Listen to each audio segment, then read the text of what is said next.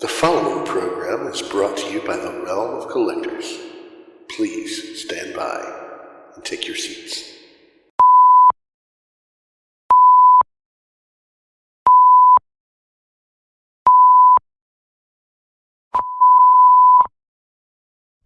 Good evening, and welcome to Masterpiece Shitpiece Theater.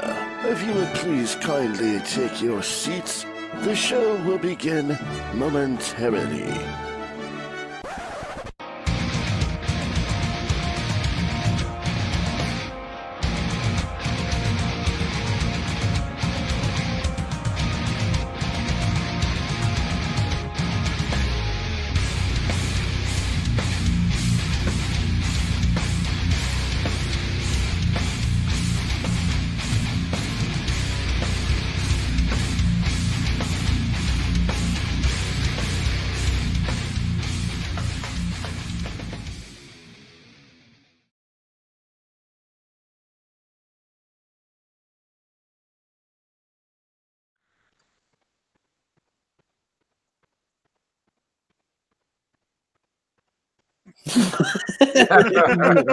No one should be watching this.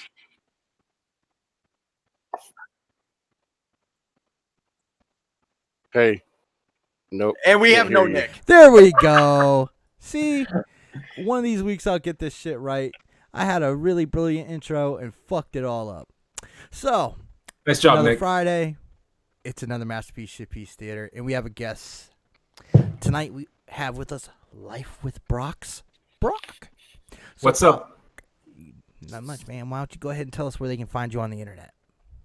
You can find me at Life with Brock here on YouTube and also on Instagram, the same name, Life with Brock, and on Facebook, Life with Brock. You can find me everywhere. Life with Brock. No Twitter though. I don't do Twitter. It's a high of a scum and villainy. I was gonna say, man, anything goes on Twitter. Yeah, man. Hi, I'm on Twitter. You've been banned. That was nice and easy. Josh. Hey, what's up? You can catch me here along with every Friday with you cats on the Realm of Collectors YouTube channel. You can catch me on the All Queued Up podcast with my buddy Greg. We threw out a new review episode today covering the final season of Jessica Jones and season 2 of the German series Dark, which is phenomenal. Everybody needs to be watching that show. But yeah, you can also catch me on Twitter, Instagram. My profile on Facebook is public, so you can catch all my social media profiles there. And starting Monday, you can follow me on Twitch at twitch.tv/nsubinor76 when I start my Final Fantasy V 4-job Fiesta playthrough for Child's Play charity, and that's going to be near about a 4 or 5 time event, 4 or 5 days a week event running from July 1st to August 31st. Cool, Josh. So it's gonna be like last year, except you got like different jobs and shit this time. So yeah, I've got different restrictions on how I can play through, and it's actually going to be more difficult. So I'm giving myself more time. And we had the guys on from Half Empty Energy Tank. Half empty energy. Haha. Are they doing this too? No, because this is a solo event. Like anybody can do it that wants to. They're more of a team oriented. They do more like marathon weekend events, like Thursday through Sunday event style things. So pay attention to my boy Josh's social media, and you'll find out when he's playing through. Dude, that's always fun. I always get on there and give Josh a hard time. Yeah, and he's got a brutal run this year too. Yeah, 3 monks and a red mage, is it? No, three monks and 1 black mage. So yeah, And you can't fucking cross class either, can you? no, it's like the main protagonist can only be a monk, and the princess can only ever be a black mage, and the other two, once they get to where they can unlock their jobs, they can only ever be monks. They can't learn any skills from any other classes at all. Oh, Jesus. Straight classic run. Have fun And with that. it's going to be very expensive because I'm going to have to buy healing items out the ass. And a lot of grinding. So I'm going to be doing lots of off-stream grinding. So Your run last year, you were having to buy a bunch of healing stuff too. yeah, I didn't get I'm fucked. Yeah. But it is for Child's Play For a charity. good cause, yeah. Yeah, and that charity does mean the world to me. Word. You know, we can talk more about that at another time. And we'll talk about it more on the show as you get into it and stuff and see how your run's going and shit. Yeah. And we'll go ahead and move on to Robert Milton. Theoretically, you can find me on the Realm and at Rob's Hobbies on Instagram. He can't even Except for remember his right own name. now, because I'm busy delivering garbage to ungrateful people in dying heat. Oh God, yeah, Dude, you were it's telling hot me up there now? that fucking truck you was telling me got up to 130 today. Yeah, AC works a treat when you're moving, but when it's dock to dock to dock to dock and they're all 30 feet apart. Yeah. Oh, good yeah, luck dude, with that's that. rough, man. Oh, it sucked. Otherwise, Friday nights with my wonderful family here. I love you guys. Oh, we love you You're too, awesome. Rob. I love you too, bro. So, next is Sam. I guess I'll tell everybody, yeah, guys, Russ is no longer with us. We had to ask him kindly to leave. No, I'm just joking. He showed us his He knew that it was gonna get in between us with me, him, and Anna. So Russ just dropped off. Nah, Russ is on vacation this week, having a romantic getaway with Anna before I get my hands on her. Just one last hurrah. Jeez. So have fun while you can, Russ. Is he in the chat? Is he in the chat right now? Nah, if he's smart, he's in the bed. Gotta get it while he can. Yeah, I'm Insta Sam89 on Instagram. Sam Mead in the groups and then here every Friday. Dude, Brock's too good looking for this show. He's too handsome. I know, right? I know. Look at him. He's He's got a full head of hair. A full head of hair? And look at that Come on. smile. I Look got, at Hey. I got survivors. Yeah, look, That's all I dude. got left. We're the shiny head brigade. Yeah. We are, Except man. Josh. Except for Russ. Give me a Josh, few I've never years. seen the top of your head, so I can't comment on that. I mean, I've got my hair, so That's one You thing know. he's got. yeah. Leg, on the other hand, I mean, shit. Nick, where are you at, man? Me? I'm on Facebook as Nick Brammer. Me. Twitter as Brammer_Nick. And Instagram, which I need to start posting shit on, so maybe I can get on This Week in Customs. Dude, you need to put your Masterpiece freaking. _shitpiece. at You need to Instagram. put those GI Joe customs you did up on that. Yeah. I need to put a lot of shit up on Instagram. This is 3 weeks in a row that we've had a under 15-minute intro. Holy shit. We're getting there, man. We're getting to where I want to be. It only We're took us a almost year. professional. Yeah. It only took us a year. Yeah, I know, right? Shit, we're on 46. 6 more weeks, and we've done 52 episodes. Wow. Wow. Yeah. Wait, so if you do it a weekly, so that's going to be your year? 52? Yeah, Yep. we've skipped a couple. Oh. Yeah, So- we skipped TFCon and one other week, I think. Yep. Wasn't it around? Lowry's wedding. We Oh, skipped yeah. that one. Yeah. But other than that, yeah. So it'll be a little over a year chronologically, but show-wise, yeah, be a year. That's pretty cool. So I was going to go ahead and start the show and talk to you, Brock. Let's do it. All right. So why don't you explain a little bit about what Life with Brock is and This Week in Customs and the other shows that you do? Well, my channel name came just because it morphed into that. I had a different name before when I started a couple of years ago, and the way that it all started was my family, my children. They thought, hey, Daddy, you're kind of funny. I think you'd be good on YouTube. So they pushed me to do it. I didn't really want to do it. Oh, wow. I really didn't want to do it. It began with toy hunts, Mm-hmm. and then toy hunts were kind of like the first year. That's what I did. And then I started doing stuff like something like this. I would invite a collector on, and I would interview them, and then that's what I did. And then it just keeps on morphing. And it was fun while it lasted, but as time goes, like my schedule at work changed, and now I do customs. I did a bunch of custom tutorials for beginners on the channel, and then I've ended up doing a weekly show of just pretty much going to Instagram, looking at all the customs that the people have put on there, and I showcase them and I talk about them. And that's it. That's what I'm currently doing on YouTube. I'm essentially just doing the toy hunts have come and gone. Not doing those anymore. That took a lot of editing and things of that nature. I just don't have the time to do it right now, and frankly, it got boring. Yeah. And then the collector spotlight is more of a. I really like the collector spotlight because I really, because of our niche community, depending on what we're collecting. I don't have buddies around here that do the same thing as I do. Very few, far and few in between. Same. So, as Facebook, contacting people on Facebook, it's just really not very personable. And I like this. I love interacting with people, talking about the same stuff. And then, is there a fire alarm going on? And Josh is coughing. he's hungry. Go get your food, bro. You got to eat. And then, so that's why I was doing the collector spotlight, but that took a lot of time because, as you guys know, to do a show, you do a lot of prep ahead of time. When I was figuring Geraldo. out people's schedules, man. That's the hardest part. Yeah. The scheduling, sure. Yeah. That's true. It's amazing that you guys have done 52 episodes because that's consistent. Same with the Realm of Collector guys and the Shattered Cast crew and all those people that I've watched in the past, or I still watch and listen to. That's consistency, and that's hard to do because of the scheduling. Yeah, especially when you got guys like with crazy work schedules.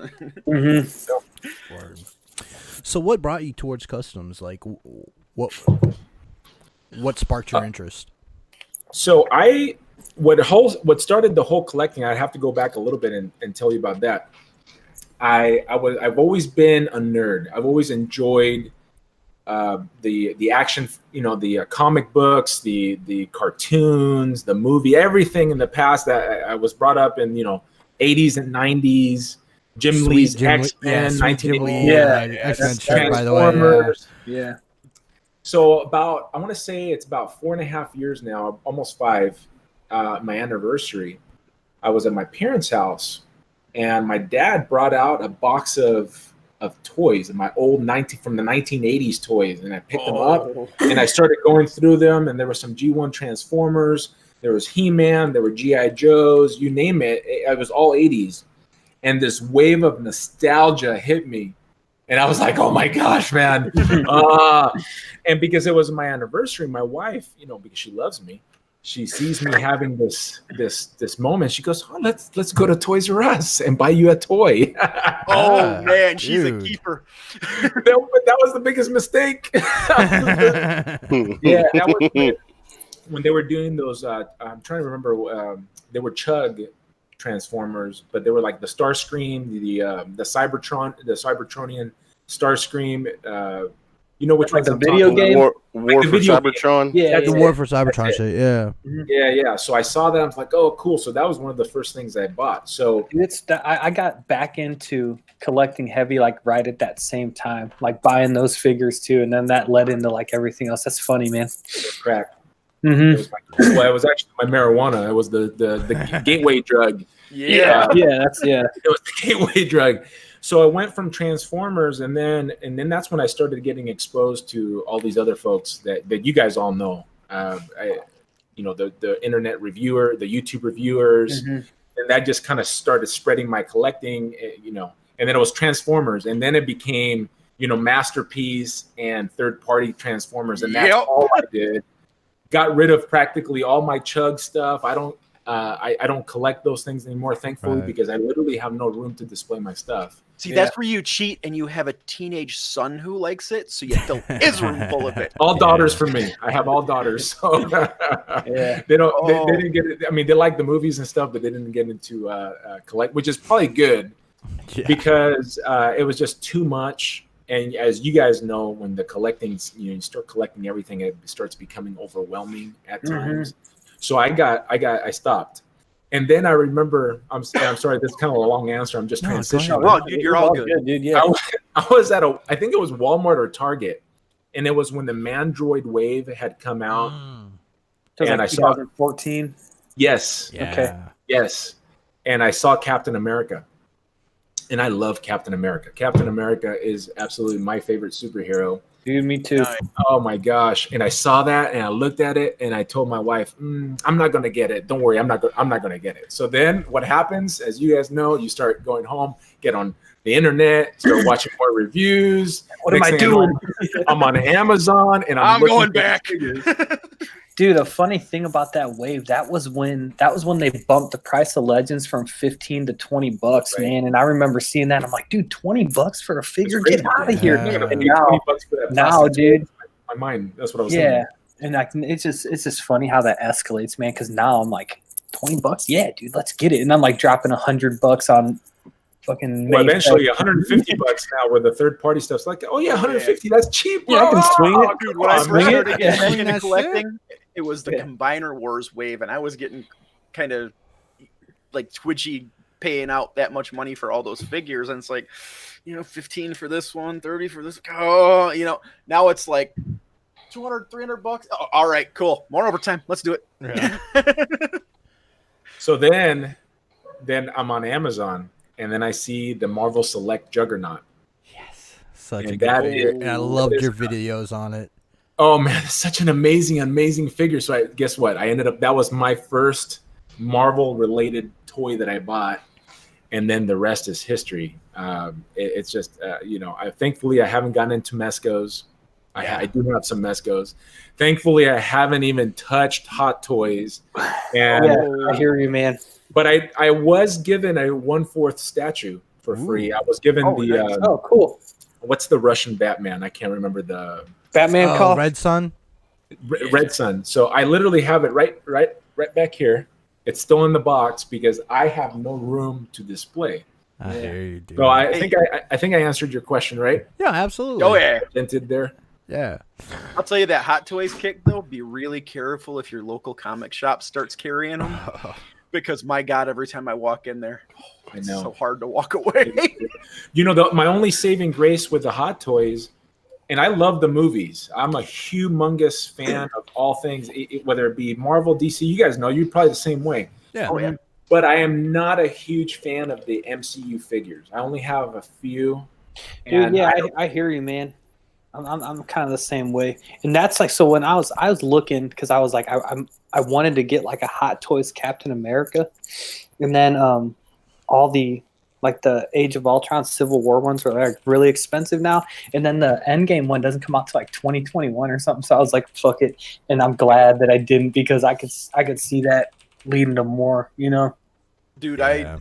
I was at Comic-Con last year, and it took every ounce of me not to plop down my credit card for a Hulkbuster. Oh, my Yeah, God, dude, I saw that that's thing my in thing. person and about Yeah, fell that's over. what it is, because I think if I saw one in person, even if it was more than it would be online, I'd be more likely to buy it, just because it's like right there in front of me, Yeah. thankfully, that second Hulkbuster doesn't hold a candle to that first one that they released. That Mhm. is an impressive figure. Oh. But I think He's like as big as me.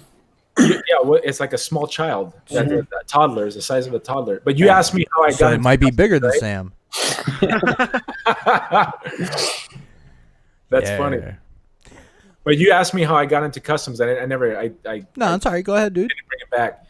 So what ends up happening when I start getting these figures, obviously, the $20 figure, which was expensive, I'm getting it. I'm going, and then my Transformers the same way. Your $20, deluxe Transformer, it just doesn't. It's not paint wise. It's not there. So Yeah. my mom actually is a kind of a self-taught artist. She's very artistic, and she had the paints from the craft stores. So I started looking online, and these people were doing these custom figures, turning those $20 things, making them look a little bit more premium, and I wanted that, but I didn't have the talent.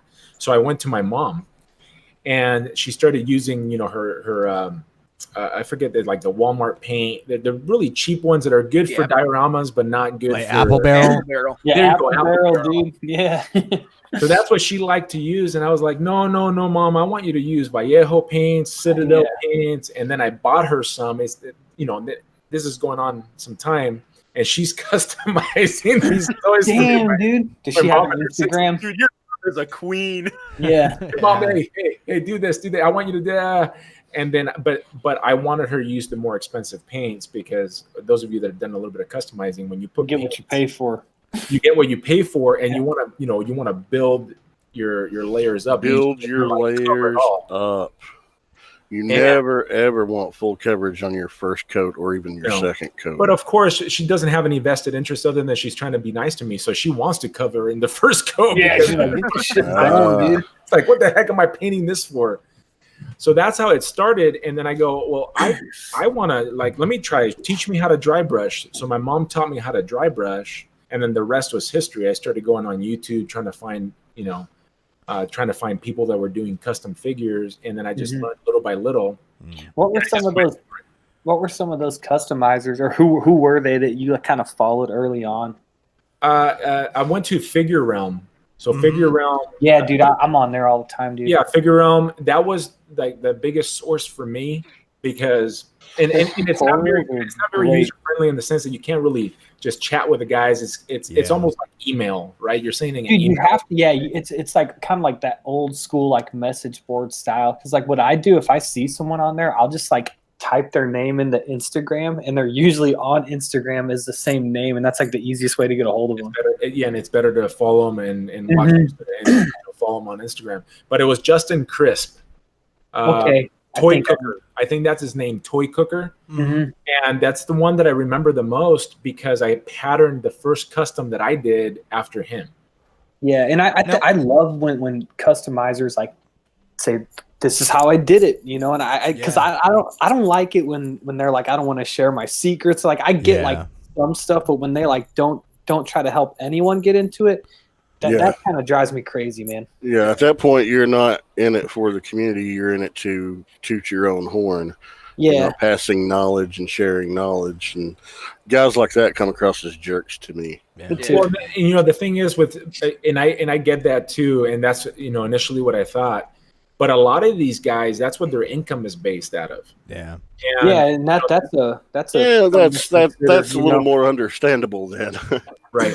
Yeah. And, and the fact is, as they get more and more popular, they get more and more contacts, and they get a lot of questions being asked.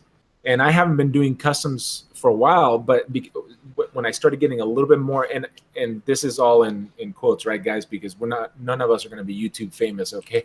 We're not going to be PewDiePie's or whatever, right? Even the biggest guys in our space aren't like really big YouTubers, right?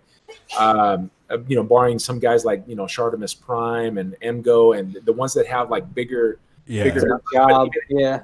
And YouTube, they're not that big. You know what I mean? Yeah. So, so when I started getting a little bit more popular, I get a ton of questions, and then so what I've tried to do is I've made videos. I made videos address for them all? beginners. What's that? Or just kind of like address like questions that you hear often. The very basic stuff like how to crack a figure, how to prep figure for painting, how to fit a head on a neck. Like there's people that don't understand that it's so easy to do. You just have to have the right tool. So I've put out all those videos on my YouTube, but I still like now on Instagram when I've gotten a little bit more popular on Instagram. So I can understand where some of these very popular, very talented artists, because that's essentially what they are. I don't consider myself an artist. I consider myself a student and somebody who works hard to learn things. Yeah. And I imitate a lot. I don't really create like some of these, like a Craig Warwick, who's one of my favorite. Oh, that dude's insane. That dude's nuts. Insane. That dude is an artist. An action figure Toronto. Yeah. That guy is an artist. But even because even like Craig, like he does those live streams when he works on stuff, and it's like even if like someone like him who makes money doing that, they say he doesn't make money.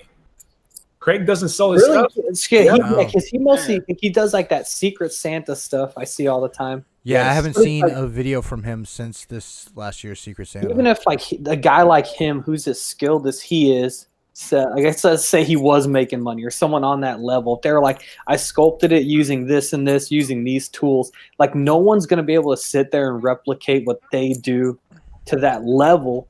To where like so that's why I'd say like to those people who do make money, it's like even if you do share some techniques, like people aren't going to be able to replicate what you do still if you're like on that level. if you they know? don't have Yeah. that talent. Yeah. True. Yeah, yeah. They can Because- they can try to replicate it to their best To a ability, point. but Yeah.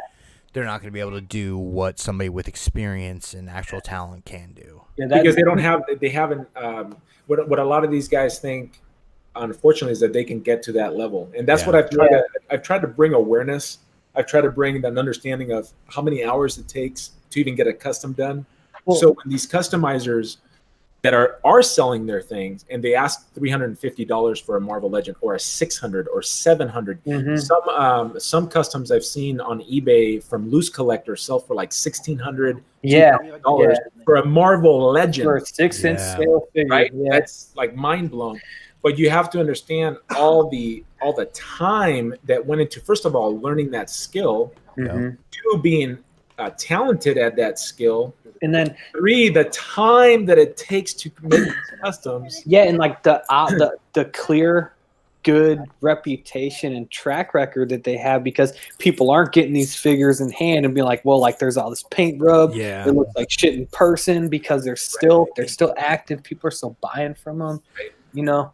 Yeah, And like you're sure. You say you're paying for their name as well, because you know what Yeah. you're going to get is an incredible finished product. It's a like, brand name. It's a brand name. like Crashbox Customs, right? He's one of you guys, Yeah. right? Mhm. That- So that- Crashbox I was gonna Customs- say some stuff when you guys were talking about, you know, like people sharing secrets and stuff. Chris has always been an open book, and that's always kind of cool to see. But like I completely understand what you're saying, where like these guys are talented and they have certain techniques and stuff that they've gone through while they're doing this and learned, so that, you know, some people aren't as open as Chris is. Yeah, and it's like one thing that you kind of brought up. It's like being able to draw. Like I can draw, and I have always been able to draw. And like Yeah. I can, it's like with that, like you can get better at it. But it is one of those things like where like you either got it or you don't. You have a ceiling Yeah. of how good Yeah. you can get. Yeah, and it's like Right. you can. If I'm you somewhere don't on the got it- floor. Yeah, it's like, it's I like, hear that. my next oldest brother, like he just can't do it. You know what I mean? Like he's tried, but and I think that's kind of what it is. It's like it applies to customizing too. Like a guy like Craig Warwick, like he's got a Yeah. vision. He can map it all out in his head and see what the finished product looks like, and that's the difference, you know. And on top of that, to fill that gap, he's learned all these skills and techniques and put in the time and effort and energy into making his skill set better.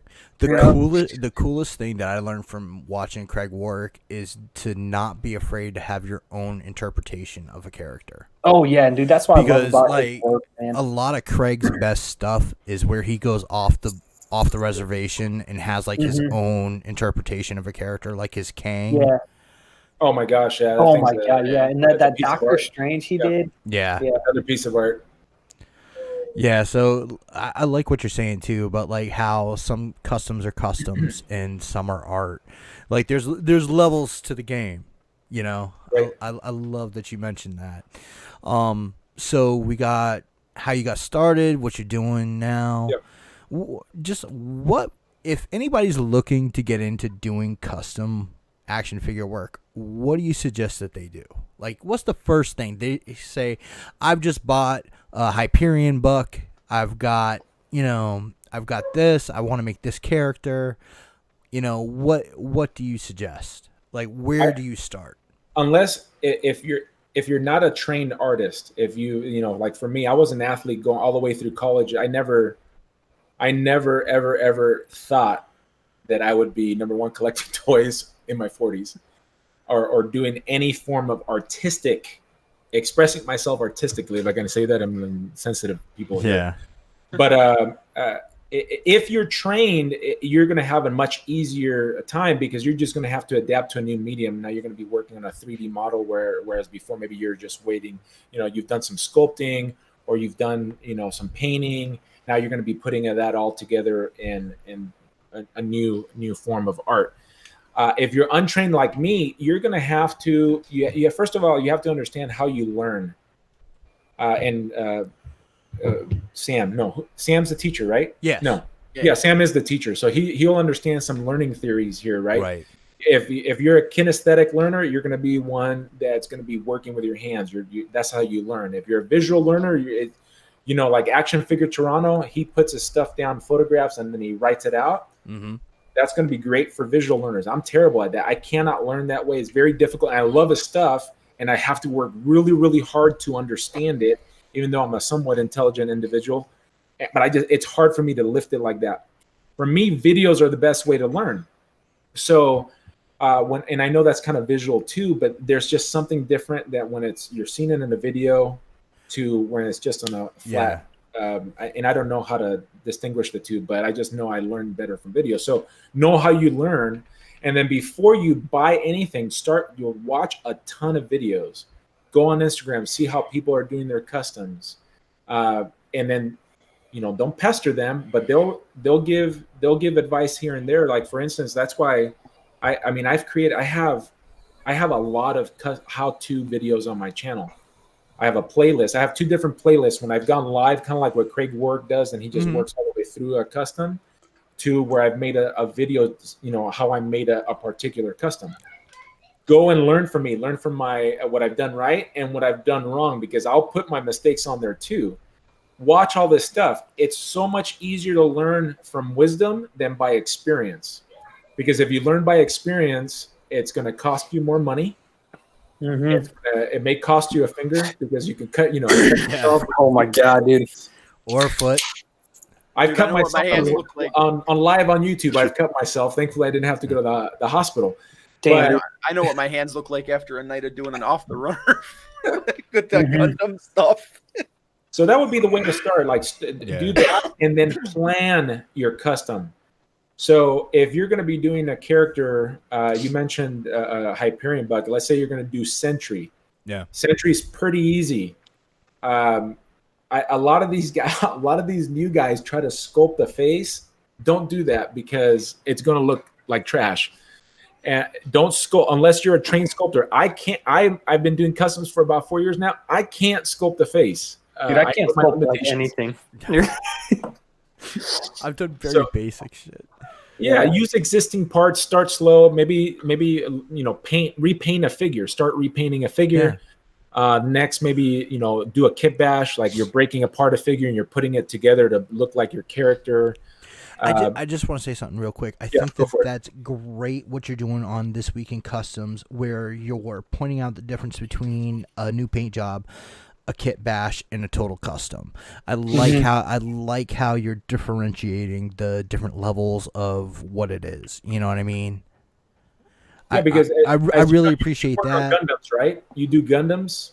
A couple of us. Rob and Josh do Gundams. Yeah. So there's a certain amount of kit bashing that goes into Gundams too, right? That you can change. I mean, same with Transformers. You can kit bash a Transformer to a certain degree. And I'm not sure if I'm using the term correctly. Somebody absolutely was chastising me, even kit bashing the other day. Even in miniatures, like I do a lot of miniature painting, and you can, kit bash miniatures together, take parts from one, add to another. Sculpt in extra pieces or extra bits to make it look like a seamless transition. I've been doing a little bit of that. So there's all the techniques can be applied in the same way, with the customizing and kit bashing, like with Gundam and miniatures as well, which is what my twos. That's the Beer and Bolter show, right? Kind of, yeah. Yeah, kind of. They do a lot of Warhammer stuff. I'm more into like fantasy miniature stuff. Oh, gotcha. But see, that would be good. Like I've watched probably hundreds of videos on YouTube from those miniature painters, because that's the first thing that you learn to draw by or paint by hand, and then you move to an airbrush, and then you can do both. But those guys are able to do so much in that small of a space. It's pretty phenomenal what they're able to do. Yeah. Recently, for example, I repainted that Professor X hover chair. Yeah. That Mark and I followed Action Figure Toronto, and he mentioned something called edge highlighting. I had no idea what edge highlighting was, but he mentioned that that's where he probably learned it from the miniature guys, the miniature painters. Yeah, I went and I up edge highlighting, and it's actually a pretty easy technique to do, and it causes your whatever you're painting, if you do it correctly, it causes to look like light is reflecting off of it. Yeah. Then you've got, realistic. and then there's like zenithal priming, where you prime with a dark and then hit it from the light source with a lighter primer. You've got your metallic metal colors, your non-metallic metals that you can do. So many techniques that are all very useful in learning and translating to, say, Marvel Legends when you customize, or to Gundams. And that's where I started with all of it, with the mini painting. And it's just a wonderful, and everybody's like, oh, I could never do that on something that small. Yeah, you can. It takes practice. You learn methods to steady your hands and everything. And that makes it so much easier to translate to something a little bit larger. When you do something that small, learning those techniques in that compact an area, when you start working on something in the 6-inch scale, it's like, oh, I know exactly what I need to do. And you've got more surface area to work with. And I think it's easier to translate it to that larger surface as a result. Yeah, see, I'm having the exact opposite problem. I used to do shit like that with airbrushing on cars and motorcycles and whatnot, and doing custom paint work just as a hobby. And I'm trying to scale that down now to doing like custom paint on Gundam kits and shit. And I'm struggling, dude. I am failing epically. Really? Oh, wow. I can't seem to make the scale drop. Yeah. But you're used to working with a different pressure too, right? When you're airbrushing? No. Actually, the airbrush kit that you would buy for doing like your Gundams or your customs is the exact same stuff we use doing on cars and bikes. Now your main paint gun is different. Like when you're laying your base coats and shit. And I can lay candies, I can lay metallics, all that, but trying to scale it down to something that big is just eluding me. Yeah. No, I hear you. One real quick thing with Brock, and then I figure we can move on to news. Brock, you've mentioned Action Figures Toronto a few times, and like I wouldn't have found how to do that Dr. Octopus mod without your channel like referring me to, Action Figure Toronto. Is there anybody else besides that you think that people should be watching? Well, my show, This Week in Customs. Absolutely. That goes without saying. But I'm telling you right now that when you watch This Week in Customs, you get exposed to a lot. Not everybody, because not everybody's doing. Not all the artists are hashtagging. Not all the artists necessarily want their customs featured on the show. So there's so many more artists, that are not part of the show. But there's a good amount of people. And as far as teaching wise, I want to say, like, I think Customs by Machu. Yeah. Okay. I think he has a website. I follow him on Instagram. Yeah, I'm wondering if I'm getting him confused with somebody else. But really, the guys that are actively teaching, that Kyle are the Robinson bigger names, does a lot of that stuff. Who? Kyle Robinson's Customs. Okay. Oh yeah. He's got a bunch of tutorials and stuff. Yeah, I'm trying to remember what I just did the show, so I have all these names running in my head. Yeah. I'm not gonna remember, I know how that goes. Today was the longest episode. It was really dumb of me. I went like 50 minutes long. I was hoarse by the time I was done. I can't wait. I can't wait till tomorrow. Like I said, we got the unbroadcasted after this and stuff, so I can't watch. But yeah, there were so many customs out there. So I think Action Figure Toronto, he's good because he will lay it out step by step. Obviously, Craig Warwick.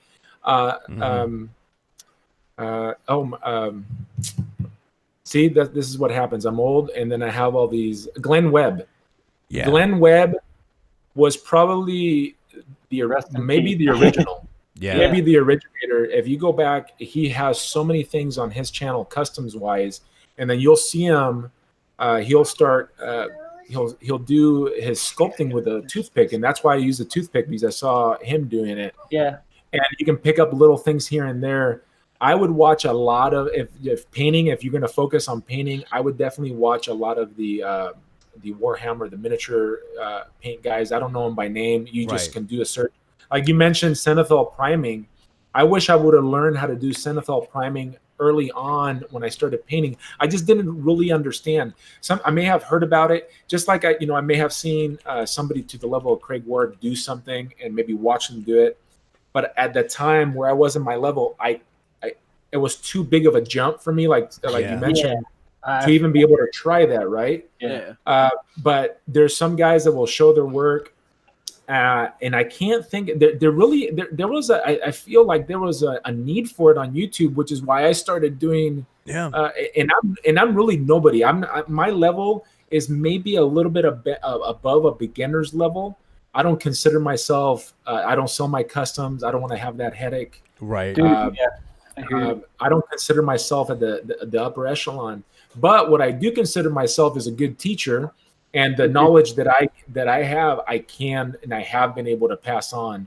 So I would without obviously this is self-serving, but I would get on my playlist and then just watch that, and then eventually watch the This Week in Customs, and then just pick out the artists that you like, and then start following them on Instagram and maybe interact with them. And I say that reserved. I don't want to don't inundate with these people. The problem is, and I try to answer everybody that contacts me, but I got to be honest, it starts getting a little bit, it perturbs me a little bit when they're asking. It's got to be questions. Overwhelming too. What's that? It's got to be overwhelming too. It can be. At this point, I'm not so overwhelmed that I can't answer questions, but I can imagine, down the road, if my channel keeps on getting more popular or whatever, that I won't be able to answer those questions. But you have to understand, when you contact somebody like that they're working, they're limited in time, and they're not just going to be living on their phone. And if they're getting inundated with the same type of questions, they probably stopped answering questions. So I refer people to my videos because they're asking me, and then I'll have what's annoying is, and you guys would agree, that I tell them, hey, yeah, just watch it on my video. I'll even give them the link sometimes and say, but can you just tell me? I don't want to go through all that work to watch it, right? It's like lazy, man. If you don't want to go through the work, you really don't want it. Yeah. You took the time to make the video about it. So. And that's what I want to say, Brock, is you're so good about when you find a new technique or something new going on that you shout that person out. And I love that because if you watch This Week in Customs, you'll find out, oh, okay, this is what this person is doing. And if you go to this link that Brock just mentioned, you'll be able to see how they did it. You know what I mean? I really appreciate that because I'm a beginner at customs. I just do what I enjoy, but watching your show every week has made such a difference because it's not just your show, but it's also the stuff that you recommend and the things that you put on your show allow people to see what's going on out there, so they can look up those artists and see what they're doing and stuff. And if you're into customs, once you see those artists, you can get your own inspiration for what you want to do. Yeah, I completely agree. I'll give you an example. There's a customizer that goes by Boardad Customs on Instagram. My most popular This Week in Customs video featured his art on the thumbnail, and it has about, it's an inordinate amount of views for my channel, but what it did for him was his Instagram grew by over 1,000. Dude, literally awesome, in a few days, it went, which is crazy. Yeah. Which I think it's great because the show is not about me. I don't feature my customs on it. It's about other customizers. And I know for a fact that I have driven business their way, which is fantastic for those that are selling their customs. And then for the other people, it's pretty nice. You can post it on your Instagram and you're new, but if you post it and you get it on This Week in Customs as it's gotten more popular, then you'll have a few thousand people looking at it. Which how cool is that? And it's cool, when you've done stuff and people tell you hey, that looks great, because you really only see stuff with your own eyes, and you don't appreciate it the same way that someone else might appreciate it. So it's cool to hear that. just hey, like the work you're putting in is paying off, and Yeah, I just like I'm such a fan. Like Thanks, bro. Thanks, bro. I'm sorry if I keep making you uncomfortable or whatever, but like I really enjoy making this me hey, kind he of makes stuff. all of us uncomfortable. It's Well, okay. hey, I got to apologize at least to the guests. you know? Yeah. Well, dude, I had a question, man, because it's like how everything that you do seems to be really community based. Like how important, or I guess like what is that?